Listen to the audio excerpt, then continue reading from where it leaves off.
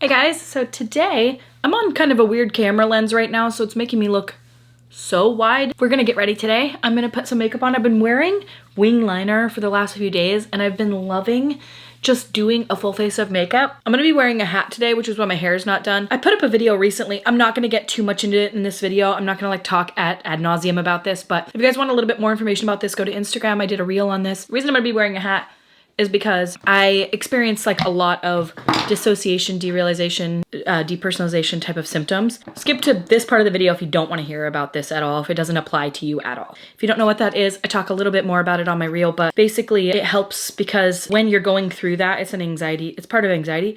You can see things very bizarrely, like lights look way too bright to me. I have a hard time focusing on things. It's almost like I have bad vision. I've actually gotten my eyes checked because I was certain that I had bad vision, and I don't, but because that's just a part of the condition. But I wanted to talk to you guys about this just at the very beginning of this video because and we're not gonna harp on about this. I'm not gonna talk about anxiety a million times again. I wanted to mention this on YouTube as well as I just did on Instagram because the response has been surprising.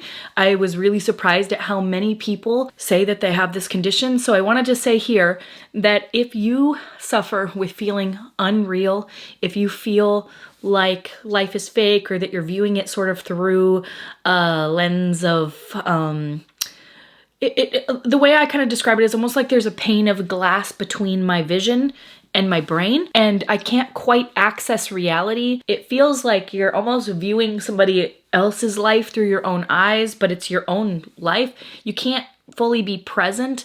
What I've discovered is that while I highly recommend talking to your doctor, I highly recommend, if you need medication, take medication. If you need therapy, get therapy. But I have done both of those things for the last 4 years and it has not helped this feeling for me. And I've come to know that this feeling is called DPDR or derealization, depersonalization. Again, I really don't want to harp on about this. It can happen because of a panic attack. It can happen because of a drug-induced state. So a lot of people will eat a weed brownie and they feel like that dissociative state while you're high, and then that feeling doesn't go away. For me, I've been living with it for 4 years. The birth of my son and the trauma of birth and the panic attacks that surrounded all of the sleep deprivation and stuff like that, I think is probably what triggered mine. The reason I'm talking about this is because I have found something recently that has been one of the most helpful things that I have ever found when it comes to this. I'm going to link it down below. It's called the DP manual. This is not paid for. This is not sponsored.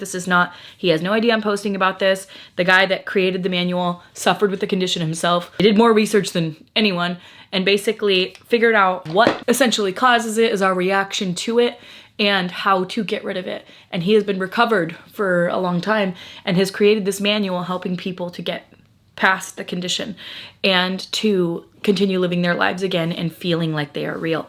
And I have not fully recovered or anything like that, by no stretch of the imagination, but I wanted to share it anyway because I don't want to ever gatekeep information. And if any of you have ever watched my channel and have experienced this, which I now realize after posting this on Instagram that so many people experience this, then I want to share it. Even if it makes it seem like, oh my God, that's literally all you talk about, fine, I'll accept it if that means that somebody out there can get help. So I wanted to share this. It's called the DP manual.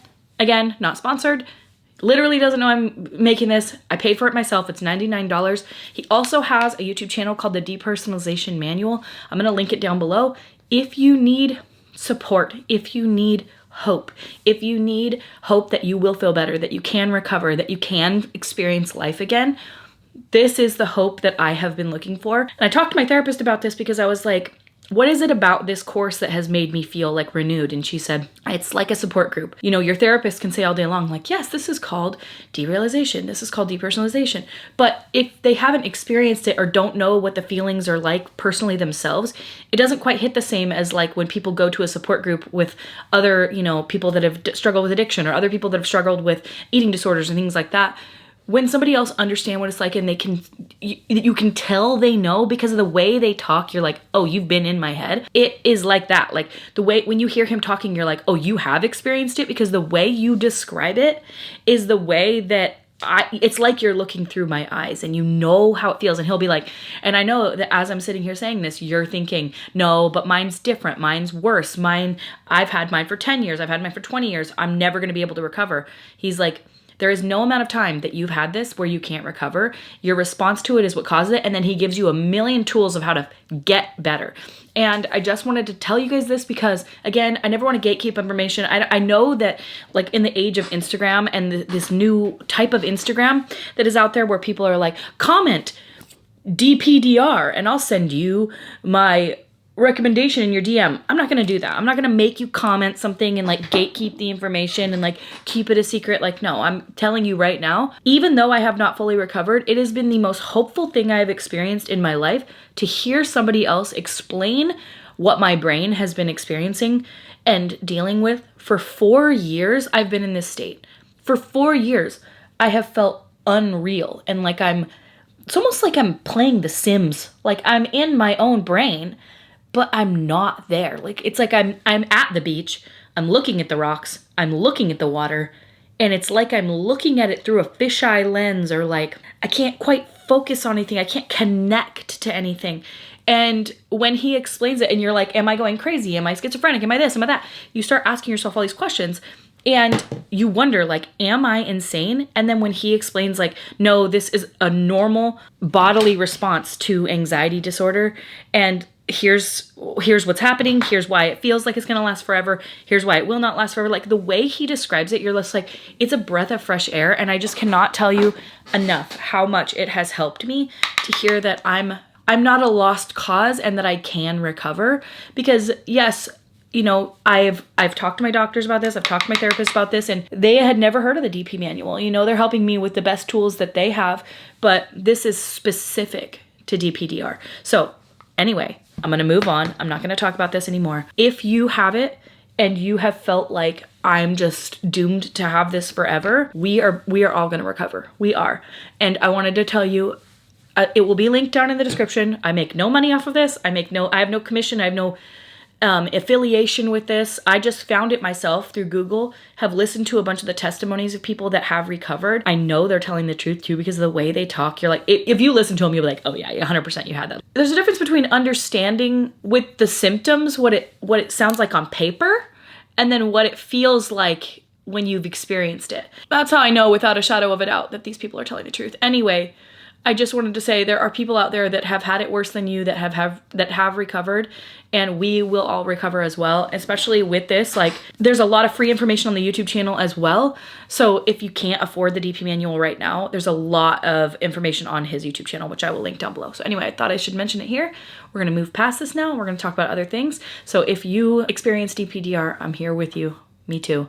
And we're going to get through it. And I just wanted to offer a little bit of hope. So moving on. All right. So I asked on my stories, what do you guys want to talk about today?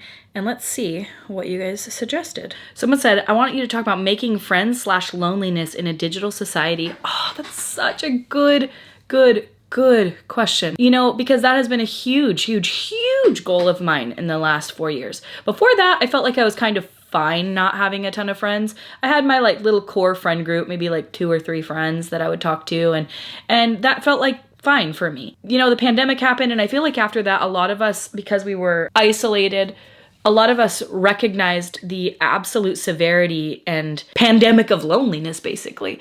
Like, we all realized that we're lonely and we need friends. And that's the thing, through a lot of work with my therapist, I've realized that. Because at first I was like, I don't feel like I need friends. And she was like, oh, everyone needs friends, whether they like it or not. You need community because we are a communal species. We need, and we have to have community. We can't just do things by ourselves. We're not cut out for it. We are meant to thrive in big, giant groups. At least not huge. It wouldn't be like thousands and thousands, but probably hundreds.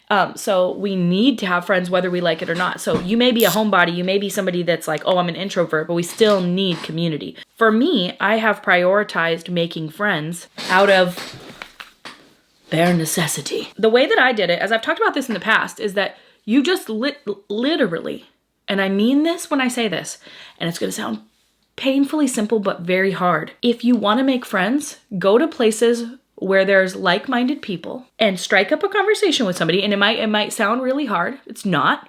It's not, because, yeah, we all have different personalities. We all, you know, I know.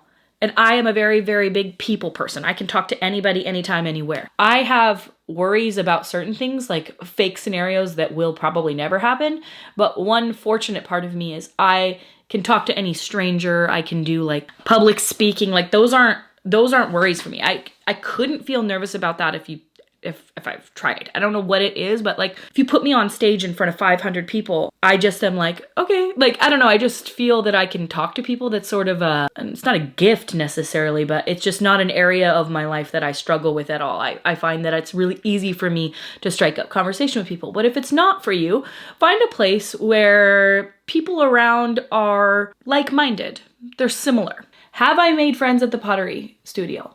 Not really. No. I mean, they're really nice people. That's fine. But so far I haven't like hung out with any of them outside the pottery studio. But I joined it because I wanted to be around like-minded community. And when you see somebody there, people will not, most of the time, talk to you. Like most people do not talk. So be the one to reach out. Be the one to say like, hey, oh, I love that art piece that you made. That's so cool. What made you want to make that? Oh, that's so cool. Do you sell your art or are you just kind of making it for fun? Oh, that's so cool. Wow, that's awesome. Okay, well, have fun. It could be a quick little conversation like that. It doesn't have to be something crazy. It doesn't have to be anything like wild. You don't have to have like a big knockdown, drag out, long conversation where you're like, want to be my best friend? Let's say I'm at the library and a little kid is playing with my son. I'll like smile at the mom. And I'll be like, oh, so how old is he? Oh, so cute. Yeah, it's a tough age. You know, you can strike up a little conversation. And if you want to make a friend, be like, well, if you ever want to get together for a play date, we're always looking for new friends. We're always looking for other moms and other kids. I've never had one say no. I vibe it out. Obviously, if it seems like they don't want to be friends with me, if they're not chatting me back, if they seem like, oh, this is weird, I wish I wasn't here. Like, I'm not going to ask those people for their phone number. But if somebody is like genuinely very nice to you or like, seems like interested, a lot of times they want to be your friend. A lot of times they are totally interested in taking it further and like getting together for a play date. I've done this to probably like 15 different moms that I've seen around. And only a few of them have we like gotten together, but we have their numbers. If we ever needed to get together, that would be fun. My husband has done it with other dads as well. You have to make the effort because likely the other person is not going to. I have rarely had the other person be like, can I have your number? Sometimes people will, but it's pretty rare. You have to be the first to reach out and just offer it and just try not to make it weird. Like, it's not weird. Everybody needs friends. And be like, hey, if you ever want to get together for a play date, that's kind of how you say it. Don't be like, can I have your phone number? You know, don't make it weird. But just be like, hey, if you ever want to get together for a play date, we're always looking for new families to get together with. Like if you met somebody that's like, you know, kind of feels like they've got your vibe or whatever, don't be afraid to ask. If you just do it and like break the ice, you could have a new friend. You might not, but what's the worst that could happen? Like I've never had anybody be like, ooh, no, I don't want to give you my number. Just don't be weird, you know what I mean? Just be normal about it. That is a really good way to make friends. Obviously, it's easier when you have kids because you have something in common in that way. If I was just at the pottery studio and I wanted to like hang out with somebody further, they do like, at least at the one that I go to, they said that sometimes they do socials where, oh, that's way too long. Whatever. Where they like invite other members of the studio and they all get together and they have like a drink and some food or whatever. And they do those at the studio like once a month, once every couple of months. Go to those things, like volunteer. If you sit at home all the time, you're not going to make any friends. So you got to go out and like meet new people, go to the nursery, chat up people that you see. I made a friend at the nursery because we just had kids similar ages. Again, kids are a really good icebreaker, but we had kids similar ages and I was just like, we should get together for a play date. And she was like, yes. And again, like she's one of my best friends now. Like so you just have to have a little bit of bravery because it is extremely awkward to ask people for their phone numbers and stuff like that. It is awkward. But again, everybody feels awkward. So you just have to be the one to break the ice and be like, hey, if you ever want to get together and be my friend, I will be your friend. Like I met a mom that way. Oh, I met a mom at the Children's Museum. And our kids were really similar age. I found out, I chatted up her husband. He was talking to me while we were outside. And I was like, oh, is there a mom here? And he was like, yeah, she's inside. I went and chatted with her and she was snuggling up her little baby. She has 2 kids. And we found out that they lived relatively close to us. And I was like, hey, always looking for friends. If you ever want to be my friend, I literally said that. I was like, if you ever want to be my friend, I'm down. And we've hung out like 10 times. Our kids go to each other's birthday parties. They're very nice people. Like, you just have to break the ice somehow. It's very awkward sometimes, but also just, if you just do it, don't be weird and just say like, always looking for new mom friends. If you guys ever want to get together, we can have like a play date. We can meet back up here, or we can like meet at a park closer. Like, that's how we hung out for the first time. The next time is we went to a park, and then she invited us to her kid's birthday party, and then she invited us to her other kid's birthday, and then we invited them to our birthday party, and now our kids are friends. So it's one of those things that you just got to kind of rip the Band-Aid off, so to speak, and try not to be afraid, realizing that most people are lonely. There is an epidemic of loneliness in this country, and that most people are chronically in need of friends, and that most people will not ask, would you like to be my friend? But most people are thinking it. So if you break the ice and you say like, hey, would you ever want to get together? They'll be like, oh yeah, I was going to ask, but you just have to be the one. You just got to be the one, and hang out in person. You don't have to meet. You can meet on like friends groups. Apparently there's like a website called meetup.com or something like that, where like you can meet with people that are like really similar to you. But like, if you join a woodworking class, if you're into woodworking, join a pottery class. Those people are also interested in pottery and woodworking, whatever you're interested in. Join or take like a flower class or a rose class or flower decorating class. I've met so many people through things like this. Like, go into local businesses. If you see somebody that you like, if you're like, oh, this is really cool, go in there and like, be like, wow, I'm so proud of you. This is like the coolest business. How'd you get into this? Like, you will meet people that way. Like, one of my friends, she's a photographer, and like, we just started chatting when she was photographing my son's birthday, and now we're friends. Like, I don't know. I just feel like there's a way you just have to not be afraid, period. And I know this is rich coming from me, but again, I have certain areas of my life where I like, it paralyzes me in fear, and certain areas that don't. And weirdly, this is one that doesn't. I don't feel anything when it comes to like I would call anybody in my friends list right now and be like, hey, I know this is weird that I'm calling you right now, but hey, would you want to run and hang out with me? I don't know why that doesn't stress me out, or it doesn't make me feel nervous. It doesn't make me feel anything. It just makes me like, well, everyone wants a friend. Everybody loves to feel loved. That's how my mind tells me. And I think that that's relatively true. So if you ever want to hang out with somebody, tell them. And most likely they'll want to hang out with you too. And if they don't, well, then they're not the friend for you. Just be hospitable and be friendly, and meet at a public place if that makes it not weird. If you have kids, that makes it even easier, because you can be like, our kids want to be friends, right? Our kids always need more friends. And then you just chat with the parents, and then sometimes you're not vibing with them and they just don't feel like your people. And sometimes you're like, wow, I'm so glad I met that person. They're totally my people. That's another way. And also like school, that's a great way, like some of my niece's friends' parents, they're so cool, and you chat with them and you're like, wow, I'm so glad I met you. I never would have met you if we didn't like have extracurriculars outside of school and things like that. So anyway, that's all I want to say. You have to just get outside of yourself and realize that if you're saying it, a lot of other people are also likely experiencing it and thinking it. Like, it's absolutely, we're all lonely. We're all looking for community. Your neighbors, you could even like chat up your neighbors, go for a walk. If you see somebody outside, chat them up. Like, I know it's easier said than done. We all need friends. So that was a really long rant to say, just do it. Just go out, just talk to people, just rip off the Band-Aid.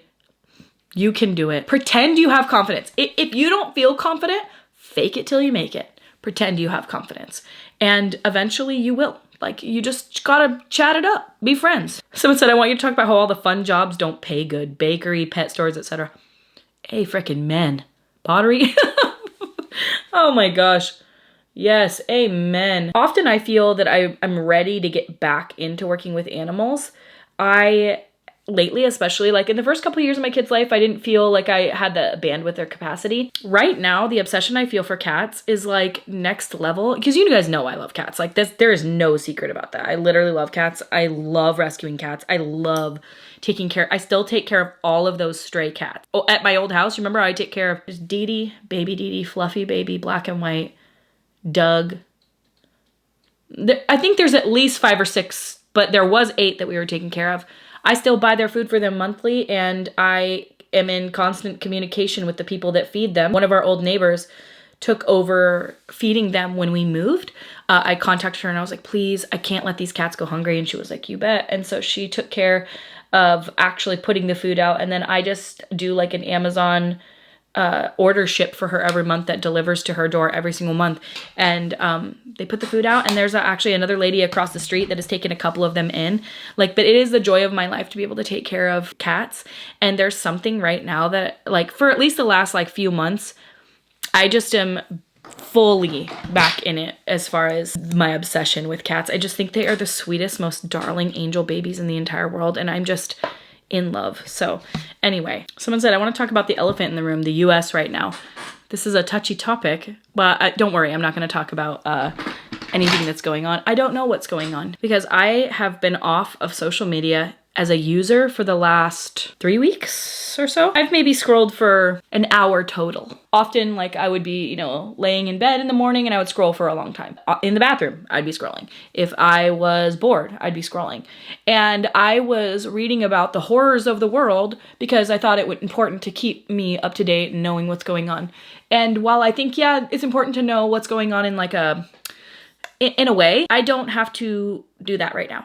There's a time and a place, and actually in the DP manual I talk about, he's like, there's a time and a place to learn about religion, politics. He's like, right now the answer is no. You're already in a heightened state, and the last thing you need to do is add more heightened emotion on top of that. Right now you need to be like listening to The Hobbit, reading a fantasy novel, doing positive things outside, doing art, doing good things with your hands, like getting out and volunteering. Those are the things that I need to be focusing on. So I actually do not know what's going on in the world right now. And I know some people will get really pissed about me saying that because a lot of people are like, you can't close your eyes to it. Yes, I can, and I am right now. So it's not my responsibility right now to concern myself with the absolute horrors of the world. I have been doing that for as long as I can go back, donating to certain causes, feeling guilty, seeing videos that like will never leave my brain, pictures that I can't it's like I'm stressed to the absolute max of my brain's capacity, thinking about all of the things going on in the world and the horrors of it, and children starving and war and genocide and all of that kind of thing. And while I know it's important for people to pay attention and to not let that stuff go unseen and unnoticed. Right now, for myself personally, I also have to take care of this. And if I don't take care of this, I can't take care of my son. And I am a highly, highly, highly, highly sensitive person. And I take on the troubles of the world. I take on the pain when I see somebody else experiencing it. It feels like I'm experiencing it for them. It's a lot, and right now I don't know what's going on, and I love it. I'm not even gonna lie to you. My husband a couple of times been like, did you see what happened this morning? I'm like, I don't have a damn clue, and I don't want to know. He was talking to me about something, and I was like, can we talk about something else, please? Like, I'm actually saying I don't want to know it right now, and I don't care if that makes me sound some kind of way. Right now, I need to disconnect myself from the world and get more into my local community. I can know about the things going on in my local community because those are things I can actually control. I can be like, oh, these people in my community need help. Okay, I'm gonna help these people. Oh, this organization needs volunteers. Great, I'm gonna volunteer because that's actually something tangible that I can do that isn't feeling like some existential dread that I don't know how to fix. Because I actually can't fix what's going on right now in other countries. I can't fix that there are people starving right now. I can donate, which I do, and then I have to just work on my local community. That's the only things that I can do to feel like I'm actually making a change in this world and making a difference, and not like feeling like I'm gonna have a panic attack every single day because I can't do more. There will be always horrifying things going on in this world, and that is a nightmare to even say, but all I can do right now is focus on my community, because you know what? There's also things happening here that need my immediate attention, and I think if a lot of people focused on their own communities, we can make big changes locally, and then the big world things, I mean, I don't know what we can do about it. And you've heard the terms, I'm sure you've heard it. Anxiety isn't activism. And you're right, like, I can't I can sit here and like puke and die all day long over the plight of the world, or I can be like, okay, I'm gonna go volunteer at my local food bank, food distribution center, and make a difference that way and feed the children that need me where I can actually reach them. You know what I mean? And like that feels like a better plan for me. So I don't know what's going on in the US right now. I don't know. I know that there's a lot of tension. I don't know that I've ever remembered a time in my life where there wasn't. So again, that's not me trying to be out of sight, out of mind. It's not out of mind. It's painfully at the top of mind, unfortunately. And I had to remove it. I'm no longer using social media. I'm no longer scrolling. I'm no longer seeing what's going on. I don't know what's going on.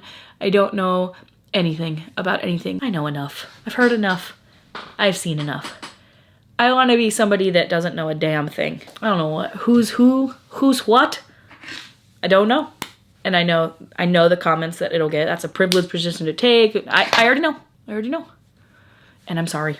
I can't fix the world, unfortunately. And feeling helpless all day long, destroying my own personal mental health, it actually never changed anything about the world except for ruining my own personal life. I donate where I can. I help where I can. And then all it was doing was stressing me out and making me feel like the world was coming to an end. So I don't like that. So we're just gonna move on. Someone wanted me to talk about travel plans. Well, the thing about me is that I really don't like traveling. I really don't. I love being at the destination, but the whole traveling thing, not my favorite. But I am going to try to get over that. I'm going to try to do some like local traveling this year to kind of get myself back into the groove of things. As far as traveling is concerned, I think I want to do like, I want to go to Zion. When I say local, I mean United States, like what places I can drive.